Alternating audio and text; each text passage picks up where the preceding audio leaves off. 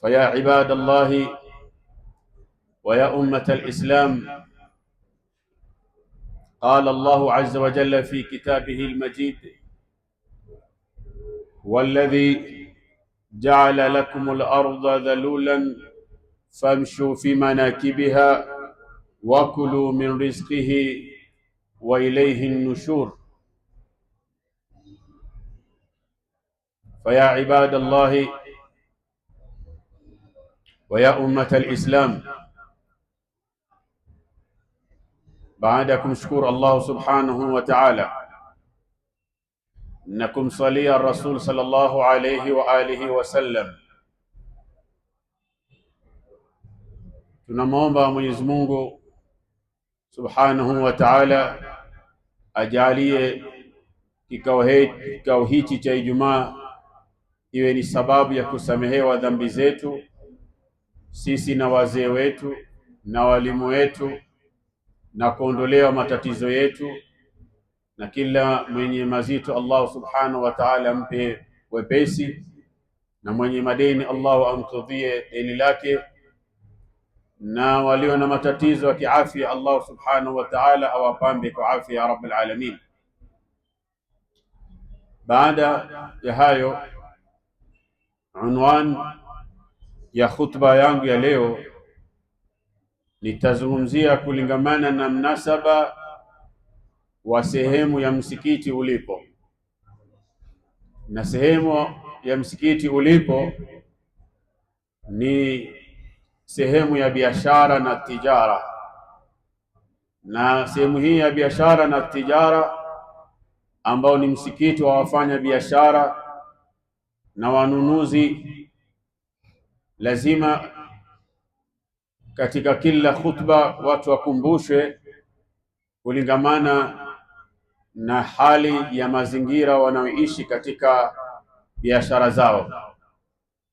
Na unwani ambayo nimeikusudia ni alhathu ala tijara, kuhimizana kufanya biashara, wa bayani barakatuha, na kubainisha baraka zilizopo katika biashara, wa hulul, pamoja na kutatua limushkilati albatala, tatizo la ukosefu wa ajira na kazi.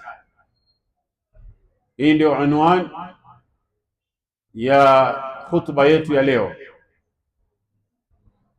kuhimizana kufanya biashara katika misingi ya dini ya Kiislamu, na dini ya Kiislamu kulingamana na Qur'ani na Sunna na mwenendo wa masahaba ridwanullahi ta'ala alayhim salafuna salih.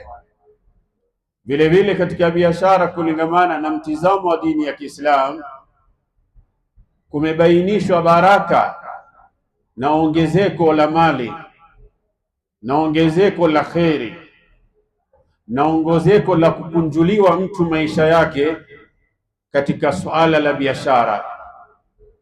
Ndio maana baadhi ya maulamai na wakiongozwa na Umar bin Khattab radhiyallahu ta'ala anhu, katika maana yake kufanya biashara ni bora kuliko kuandikwa kazi.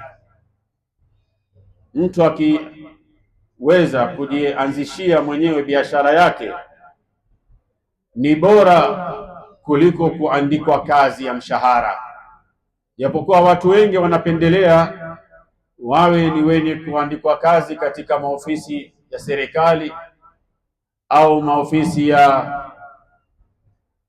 mashirika ya serikali au makampuni makubwa makubwa. Lakini Uislamu unahimiza mtu baada ya kupata ujuzi katika kazi, basi aingilie biashara, kwa sababu ndiyo mwenendo wa mitume wote wakiongozwa na mtume wetu Muhammad sallallahu alaihi wa alihi wasallam alikuwa ni mfanya biashara, na kila mmoja anajua sifa ya mtume sallallahu alaihi wa alihi wasallam katika kufanya biashara. Vile vile biashara ilikuwa ni kiegezo cha kueneza dini ya Kiislamu. Biashara imesaidia katika da'wa. Watu walihama Yemen, wakahama vile vile Oman. Palipotokea ukame, pakatokea njaa, watu wakahama, wakasafiri, wakaja Afrika, wengine wakaenda Asia, Malaysia, Indonesia, Afrika Mashariki. Katika kutafuta riziki zao walieneza Uislamu. Kwa hiyo vile vile biashara, kwa kuwa ni chombo cha maisha, vile vile kinatakiwa kitumike kama chombo cha da'wa. Na Muislamu popote anapokwenda, akienda na da'wa, basi ile biashara yake au masomo yake au maisha yake yatakuwa ni yenye kukua na kuboresha maisha mazuri zaidi, ikiwa atayafanyia elimu yake da'wa, atafanyia biashara yake da'wa, atafanyia maisha yake aishi kama Muislamu mfanya biashara. Ndio maana Mwenyezi Mungu Jalla Jalaluhu akahimiza akasema, huwa alladhi ja'ala lakumul arda dhalulan famshu fi manakibiha, tokeni katika miji yenu, safirini, hameni, famshu fi manakibiha, safirini, tokeni, nendeni katika ardhi, wakulu min rizqihi, kuleni riziki zilizopo. Ikiwa kwenu riziki ni kidogo, hama, nenda mahali pengine kafanye biashara, kama vile waliofanya Waarabu wa Yemen na wa Omani, wakaingia wakaja mpaka Afrika Mashariki, na kila mahali walipokwenda walisimama wakajenga msikiti. Kama vile jamii ya Kihindi ilipotoka India wakaletwa Afrika kujenga railway, kila mahali walisimama walijenga msikiti. Hawa ndio watu, na ndivyo twafaa sisi kuwaiga. Lakini kwa sababu tunazungumzia suala la biashara katika Uislamu, Mwenyezi Mungu Jalla Jalaluhu aliposema famshu fi manakibiha, hii ni amri, na amri hii tufidu al-ibaha, ina maana ya kuwa inafaa mtu kuhama katika mji wake kwenda katika mji mwingine, nchi yake kwenda nchi nyingine, kwenda kutafuta riziki. Na ndipo Allah subhanahu wa ta'ala anasema wa ilayhi nushur, mahali popote ukifariki utafufuliwa tu. Si lazima ufariki katika jamii yako, si lazima ufariki katika kabila lako. famshu fi manakibiha wakulu min rizqihi wa ilayhi nushur. Sahabiyu aljalil Arraq bin Malik radhiyallahu ta'ala anhu alikuwa baada ya kumaliza salatu aljum'a, akimaliza salatu aljum'a alikuwa akinyanyua sauti yake, akiinua mikono yake, na watu wanatoka wanamwangalia. Alikuwa akiomba hii dua, Allahumma, na yuko ndani ya msikiti, kwenye mlango wa msikiti, ashamaliza salatu aljum'a, anataka kwenda dukani kwake, anasema Allahumma ajabtu da'watak, ewe Mola wangu nimesikia adhani nikaja msikitini, wa sallaitu faridatak, na nikatekeleza faradhi ulioniamrisha, wa intashartu kama amartani, na sasa nishamaliza, nataka kuondoka kwenda kazini kwangu katika biashara yangu, farzuqni, nipe riziki, ni ruzuku ya Allah, min fadlika, katika fadla zako, wa anta khairur raziqina, na wewe ndiye mfano mzuri wa kheri katika wenye kuruzuku. Al-Imamu al-A'zam Abu Hanifa rahimahullahu ni imamu peke yake katika imamu Ahlus Sunna wal Jamaa aliye kuwa karibu na zama za masahaba, bali inasemekana aliwaona baadhi ya masahaba ridwanullahi ta'ala alayhim. Imamu Abu Hanifa, kuna mtaa leo Baghdad unaitwa Shari' Abu Hanifa, Abu Hanifa Street, na Suq Abu Hanifa, Abu Hanifa Market, wa Masjid Abu Hanifa, na msikiti wa Abu Hanifa. Angalia vitu vyote vimekusanyika kwa jina la mtu mmoja, Shari' Abu Hanifa. Hii inajulikana ni barabara ya Abu Hanifa. Hili soko linajulikana ni soko la Abu Hanifa, na huu msikiti unajulikana msikiti wa Abu Hanifa. Kwa nini kumekuwa hivyo? Ni kuwa Abu Hanifa mwenyewe rahimahullah alikuwa ni mfanya biashara, alikuwa akiuza nguo, alikuwa akiuza matunda, alikuwa akiuza kila aina biashara, na zaidi katika biashara yake alikuwa anakaa na vitabu vyake akiandika. Ndio maana ukisoma fiqhi utapata fiqhi ya Abu Hanifa katika suala la biashara la kununua na kuuza, ndio fiqhi inayotumika ulimwengu mzima, kwa sababu kana kwamba Abu Hanifa alijua zama zetu, alijua hali ya mabanki, hali ya wafanya biashara wale wanaitwa samasira brokers. Katika fiqh ya Abu Hanifa kuna mlango mzima wa samasira, wale brokers ambao wanajitafutia vyakula vya halali na riziki ya halali. Wakati zamani ilikuwa hatujui masala hayo, lakini Abu Hanifa rahimahullah na wakati wa Mtume sallallahu alayhi wa alihi wasallam hali ilikuwa namna hiyo. Kwa hivyo kufanya biashara ni mwendo wa dini yetu, umekubalika katika Qur'ani na Sunna, tukaonyeshwa na Mtume sallallahu alayhi wa alihi wasallam, tukaonyeshwa na masahaba, tukaonyeshwa na maimamu ahlus sunna wal jamaa. Ndio maana huyu sahaba alikuwa akisimama akimuomba Allahu jalla jalaluhu ambarikie katika riziki zake. Imam Ahmad bin Hanbal anasimulia, aliulizwa Mtume sallallahu alayhi wa alihi wasallam, ayul kasabi atyab, ni chumo gani na mapato gani ambayo mtu akiyapata atyab ni mazuri? Ni chumo gani na mapato gani na mali gani ambayo ni mazuri? Qala amalu rajuli biyadihi, ni kazi ya mtu kwa mkono wake. Wa kullu bay'in mabrur, na kila biashara iliyo na uwazi, na kila biashara inayokubalika. Kullu bay'in mabrur, kila bai'i, kila biashara, kununua na kuuza, kama vile hajju mabrur na bai'u mabrur, biashara kuuza kununua mabrur. Na unapofanya bai'u mabrur we unapata thawabu, kama vile Mtume sallallahu alayhi wa alihi wasallam anasema, inna atyaba, hakika kitu kizuri, ma akaltum, kile ambacho munakiingiza katika tumbo lenu na katika kinywa chenu na mulichokula nyinyi, min kasabikum, ni kile ambacho umetolea jasho wewe mwenyewe, na ni atyabu inda Allahi.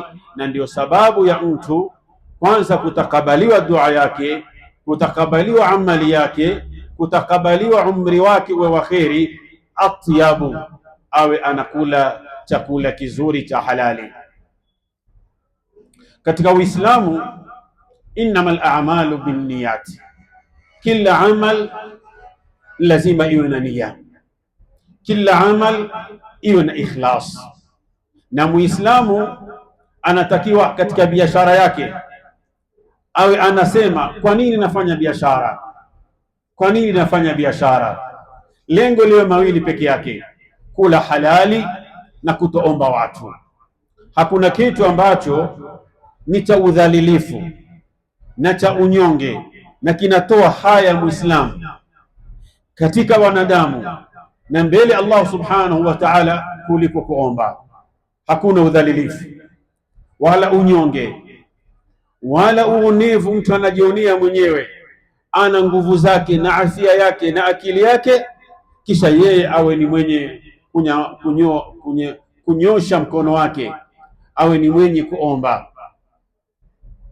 Nia mfanya biashara awe ni mwenye kusema nataka kula halali mimi na watoto wangu na familia yangu, na sitaki kuomba, nataka nitoe, kwa sababu Mtume sallallahu alaihi wa alihi wasallam anasema mkono unaotoa ambao ni mkono wa baraka na mkono wa kheri ni bora kuliko mkono wenye kupokea.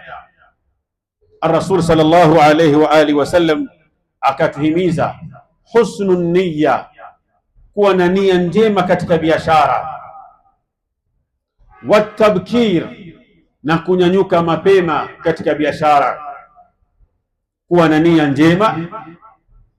Anasema sallallahu alaihi wa alihi wasallam, man yasta'fif, yoyote ambaye anataka kujizuia na kujitosheleza, yuifahu Allahu, Allah atamtosheleza. Wa man yastaghni, na yule ambaye anasema mimi sitaki udhalilifu, sitaki unyonge, yughnihi Allah, Allah subhanahu wa ta'ala anamwondolea unyonge wake. Al-ikhlasu fi tijara, kuwa na ikhlas katika biashara, kwa sababu biashara yako ni moja katika vyombo vinavyojenga arkanul islami, nguzo za Kiislamu. Mmoja imejengewa na biashara yako, na au pengine ni mbili zilizojengewa kulingamana na biashara yako. Nguzo ya kwanza az-zakatu, zaka zimejengewa na biashara yako. Utaona kuna zakatul mali, kuna zakatul ibli, ngamia, zakatul baqara, ng'ombe, zakatul ghanami, mbuzi. Urudhu tijara, biashara yako vile vile ina zaka. Kwa hivyo biashara yako ili utolee zaka lazima iwe na ikhlas na vile vile na husnun niyya. Akasema sallallahu alayhi wa alihi wasallam, akituombea Mungu, akituombea ummati wake Mungu, Allahumma barik li ummati fi bukuriha, ewe Allahu ubariki ummati wangu katika kunyanyuka kwake usubuhi kwenda kufanya biashara. Ikiwa huwezi kutoa zaka kwa sababu biashara yako ni ndogo, lakini weka katika faida zako kile kipato chako. Kama ni mtu wa mshahara, umeandikwa kazi, hujaweza kutoa, hujaweza kujiajiri, basi mwisho wa mwezi, hata ikiwa ni kidogo katika mapato yako, yajalie unatolea sadaka kila mwisho wa mwezi. Na ikiwa umejiandika mwenyewe, ni biashara yako, jaalia katika faida yako uwe na sadaka kwa ajili Allahu jalla jalaluhu, na ndio maana baraka itaingia katika biashara yako. Niwape kisa cha kweli. Anayetuhadithia kisa hichi ni ar-Rasul Muhammad sallallahu alayhi wa alihi wasallam.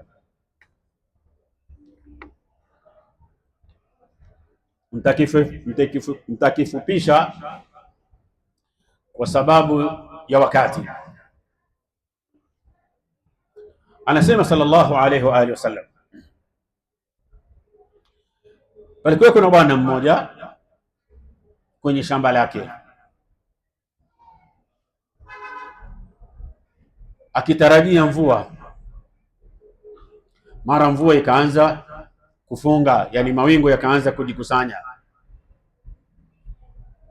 Akasikia sauti inayotoka kwenye kile kiwingu,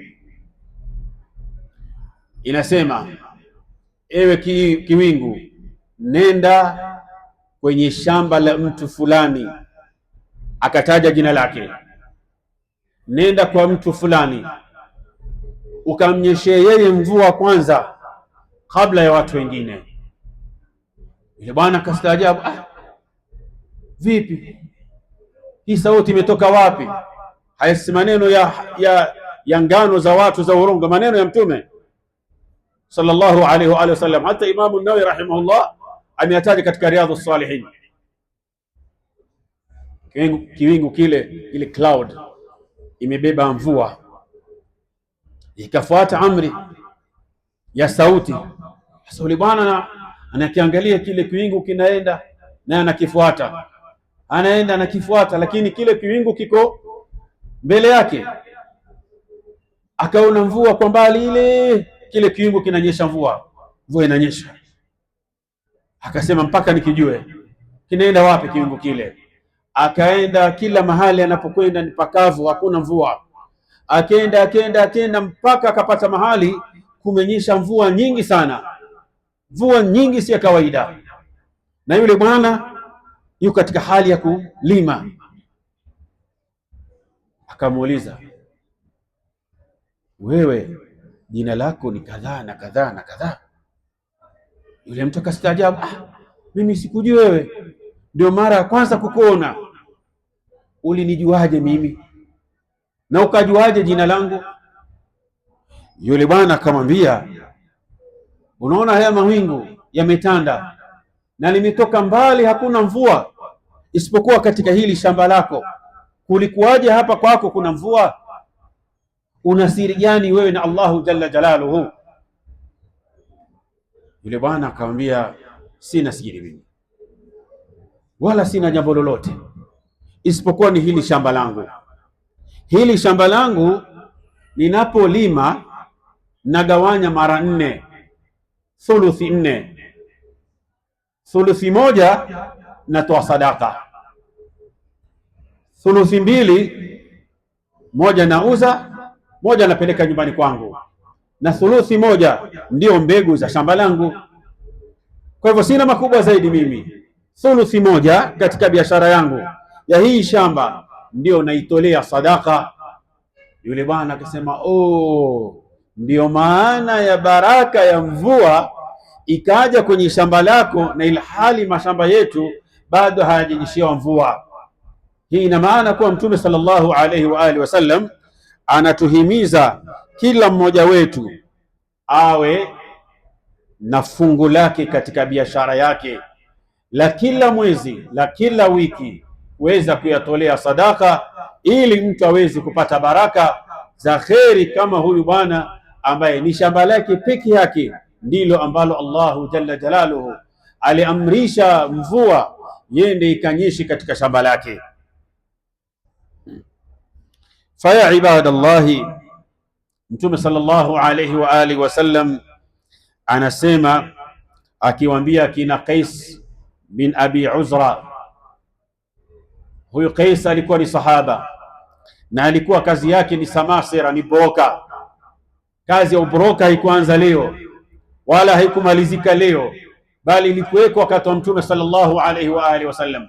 Bal hata ar-Rasul sallallahu alayhi wa alihi wasallam alipokuwa akisafiri akienda Sham, alikuwa ni broka wa mali ya Khadija, akiyachukua yale mali akiyauza, akimrudishia faida yake, na yeye vile vile akipata chake kulingamana na mapatano na maelewano baina ya Khadija na ar-Rasul sallallahu alayhi wa alihi wasallam. Lakini tahadhari ikiwa wewe ni broka. Anasema sallallahu alayhi wa alihi wasallam akiwazungumzia samasira, wale mabrokas, faqala, akasema sallallahu alayhi wa alihi wasallam, ya ma'shara at-tujar, enyi makundi ya wafanya biashara, inna ash-shaytana, hakika ash-shaytani, wal ithma, na dhambi, yahdhurani al-bay'a, wanahudhuria katika biashara. Hakika shaytani wa al-ithma, na madhambi, yahdhurani fil bay'a, yahdhurani al-bay'a, wanahudhuria katika kuuza na kununua. Fashubu bai'akum, lindeni biashara zenu, bisadaqa, kwa kuzitolea sadaka. Hadithi hii ni hasan sahih. Faya ibadallahi, katika biashara Muislamu akitafuta riziki zake, halali yake, aridhie yeye kwa chochote ambacho atakipata katika siku yake, atafute kwa njia ya halali, aridhike kwa kichache na kidogo na kingi, amshukuru Mwenyezi Mungu Subhanahu wa Ta'ala, kwa sababu kila mmoja ana riziki yake. Leo ni faida, kesho hakuna faida, na ikiwa kuna hasara pia ni hasara ipo, kwa sababu maisha mwanadamu ni yapanda shuka, milima mabonde, baridi joto, usiku mchana, giza mwangaza, furaha huzuni, afia maradhi, kupata kukosa, zote ni kwa Allahu jalla jalaluhu, zote ni riziki Allah subhanahu wa ta'ala. Wama min dabbatin fil ardi illa ala Allahi rizquha. Leo umepata alhamdulillah, na utosheke na kismu na kigawanyo alichokugawanyia Allah subhanahu wa ta'ala. Ridhika, shukuru, la in shakartum la azidannakum. Ukishukuru unasema alhamdulillah, nimeenda kazini sikupata faida, alhamdulillah, mali yangu yako salama, mimi mwenyewe niko salama, narudi nyumbani, hata kile ambacho ni kichache mke ataelewa, watoto atafahamu, kikiweko mutakula vizuri na hakuna watakula kilichoko. Ar-ridha, kuridhia.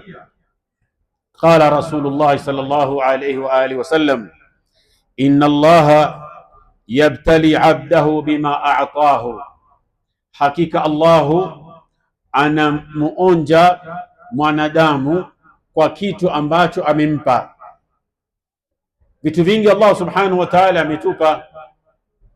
ametupa afia, anatuonja kwa maradhi, anatupa akili, anatuonja kwa baadhi ya vishawishi vikatutoa katika manhaji akili sawa sawa, imma kulewa au kutoka na maneno mabaya ambayo si maneno ya akili. Mtu anaonja na taa, mtu anaonja kwa vitu vingine vingi. Anasema sallallahu alayhi wa alihi wasallam, hakika kila mwanadamu anachopewa kisha Allah subhanahu wa ta'ala yabtalihi, anampa mtihani, kwa watoto, kwa mke, kwa nyumba, kwa majirani, kwa marafiki, kwa ndugu, kwa mama, kwa baba. Kila mtu ana mtihani wake. Amekupa hao yote mazuri, kisha anakuwekea mtihani katika wazazi wawili, ugonjwa wao, ukali wao, hasira zao, anakuangalia tu, utasema uffin au husemi. Anakupa mtihani kwa watoto wako, amekupa watoto lakini fabtala, akakupa mtihani kama Nuh alayhi salatu wasalam. Akakupa mke mzuri, kisha akakupa mtihani katika mke, hasikii, kichwa ngumu, mjeuri kama mke wa Nuhu na mke wa Lut. Kile unachopewa ni mtihani. Ukapewa mali vile vile ni mtihani. Faman radhiya, atakayeridhia bima qasama Allahu lahu, kile alichomgawanyia yeye Allahu subhanahu wa ta'ala, ukaridhia, barakallahu lahu fihi, Allahu anambarikia kwa kuridhika ulicho nacho na ulichopewa. Wawassahu, Allah anamkunjulia. Taarifuna maana alwas'u? Je, unajua maana kukunjuliwa? Alwas'u fi rizqi, kukunjuliwa rizqi.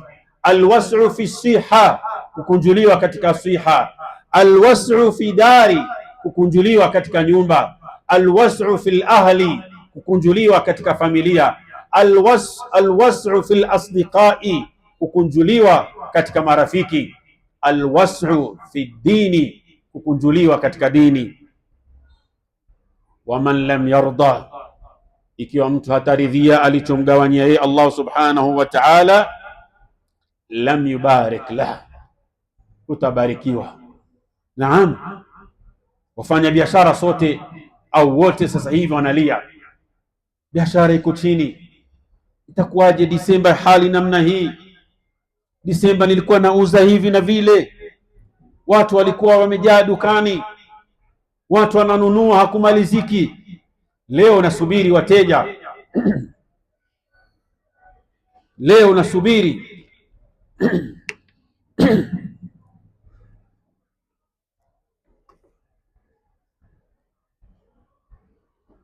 watu hawapo, hakuna watu. Irdi, ridhia, siwe peke yako. ni hali zilivyo katika hali zinazotuzunguka katika maisha magumu. Biashara iko chini, lakini ridhia, tosheka bima qasama Allahu lak, fayubariku Allahu subhanahu wa ta'ala fi tijaratik wa fi bai'ika, akutilie baraka Allahu jalla jalalu katika biashara yako na katika kuuza kwako na kununua kwako. Mfanya biashara Muislamu ni yule katika maisha yake yote amemweka Allahu jalla jalalu na taa ya Allah subhanahu wa ta'ala. Rijalun la tulhihim tijaratun wala bay'un an dhikrillahi, wanaume waislamu na wanawake wafanya biashara waislamu. Ikatajwa rijalu kwa sababu wafanya biashara wengi na wanaume. La tulhihim tijaratun wala bay'un an dhikrillah, wakati wa swala, wakati wa kununua na kuuza, yeye yuko katika dhikrillah. Na dhikrillah ni mwongozo wa Al-Qur'an katika kuuza na mwongozo wa sunna katika kuuza. Ikiwa mtu hana takwa katika biashara yake, anasema Mtume sallallahu alayhi wa alihi wasallama, inna tujara, hakika wafanya biashara, yub'athuna yawma alqiyama, wanafufuliwa yawma alqiyama, fujaran, wakiwa ni watu waovu. Illa man ittaqa Allah, ila yule mchaji Mwenyezi Mungu subhanahu wa ta'ala katika kuuza kwake, kununua kwake, kuzungumza kwake, samhan, anasamehe, anazungumza vizuri, akhlaqi mzuri, amebeba risala ya da'wa katika biashara yake. Wa akhiran, na mwisho nikimalizia khutba yangu ya leo, mfanya biashara hakosi vitu viwili kila mmoja, imma anadaiwa au anadai. Kweli urongo? Hakuna ambaye anafanya biashara hana haya mambo mawili, imma unadai au unadaiwa, au una zote mbili, unadai na unadaiwa. Umechukua mali kule na wewe umeuza huku, unadaiwa huku na unadai huku, uko baina ya watu wawili, baina mwenye kukudai na mwenye kukudaiwa.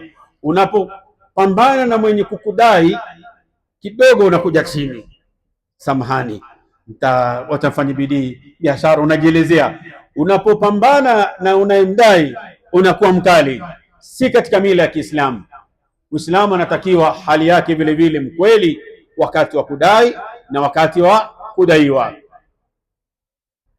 Lakini katika hali hizi mbili za kudai na kudaiwa, mara nyingi watu wanakuwa katika anxiety, huzuni, masikitiko, kwa sababu deni si kitu kizuri.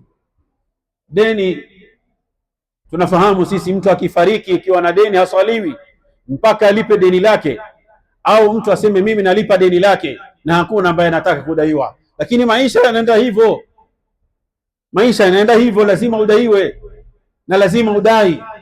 Ndio hali za wafanya biashara, na ndio maana Mtume sallallahu alaihi wa alihi wasallam alipopata utume, suala la biashara aliacha mbali. Na ndio maana Qur'ani katika aya kubwa zaidi ni ayatud dain. Kwa hiyo suala la biashara ni zito, hasa katika masala ya dini. Mtu anatakiwa alipe madeni, ulipe madeni ya watu na wewe ulipwe madeni ya watu. Kwa hivyo watu wawe na bidii katika kufanya biashara ili aweze kubarikiwa. Siku moja Mtume sallallahu alaihi wa alihi wasallam aliingia msikitini,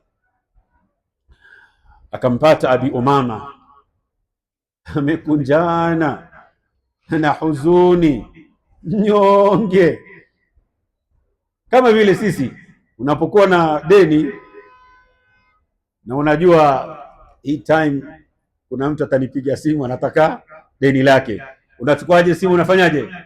Lazima simu, sio?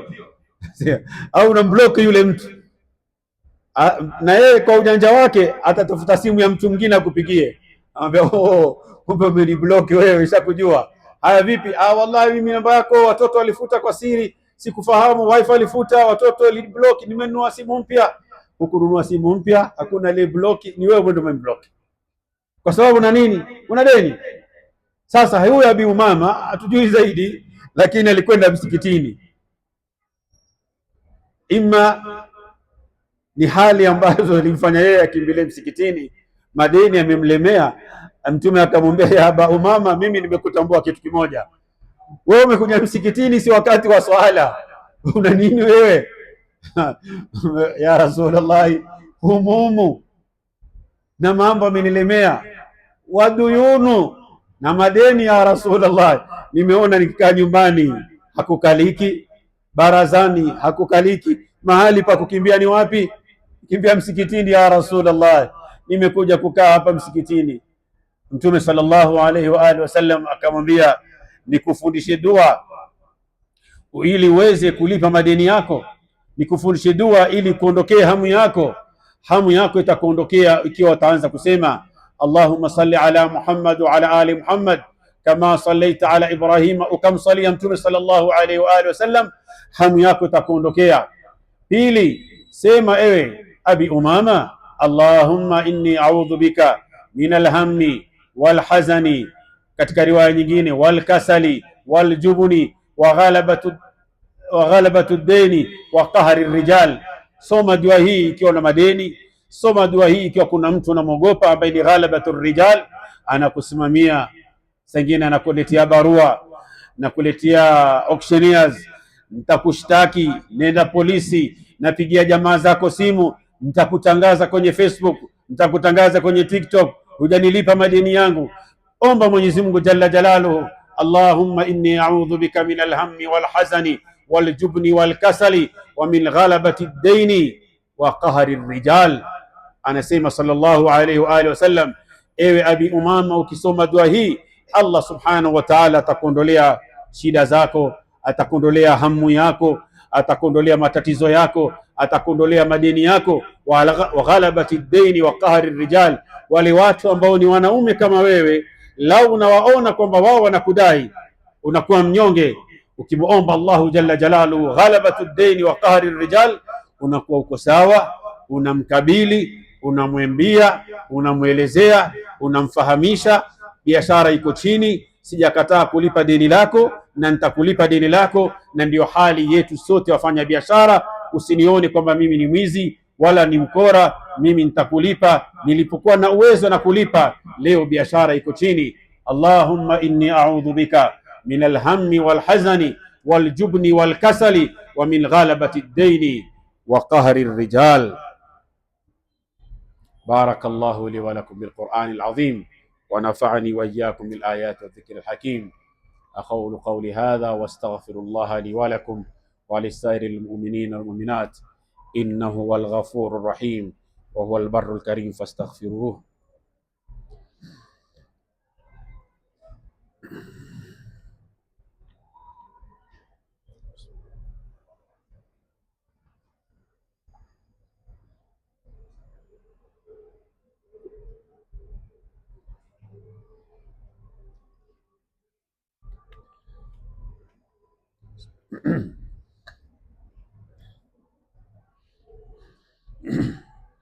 الحمد لله والصلاة والسلام على رسول الله صلى الله عليه وعلى آله وأصحابه ومن تبعهم بإحسان إلى يوم الدين وسلم تسليما كثيرا. يا أيها الذين آمنوا اتقوا الله حق تقاته ولا تموتن إلا وأنتم مسلمون واعتصموا بحبل الله جميعا ولا تفرقوا وصلوا على أكرم وأعظم هاد، فقد أكرم الله بذلك في قوله تعالى: إن الله وملائكته يصلون على النبي يا أيها الذين آمنوا صلوا عليه وسلموا تسليما. اللهم صل وسلم وبارك على نبينا محمد كما صليت وباركت على إبراهيم وعلى آل إبراهيم في العالمين إنك حميد مجيد. وارض اللهم عن الخلفاء الراشدين أبي بكر وعمر وعثمان وعلي وسائر صحابة نبيك ومن عنا معهم بفضلك ورحمتك يا أرحم الراحمين. اللهم أعز الإسلام والمسلمين وأذل الشرك والمشركين ودمر أعداءك أعداء الدين. اللهم اغفر للمؤمنين والمؤمنات والمسلمين والمسلمات. ربنا تقبل منا إنك أنت السميع العليم وتب علينا إنك أنت التواب الرحيم. ربنا لا تزغ قلوبنا بعد إذ هديتنا وهب لنا من لدنك رحمة إنك أنت الوهاب. ربنا هب لنا من أزواجنا وذرياتنا قرة أعين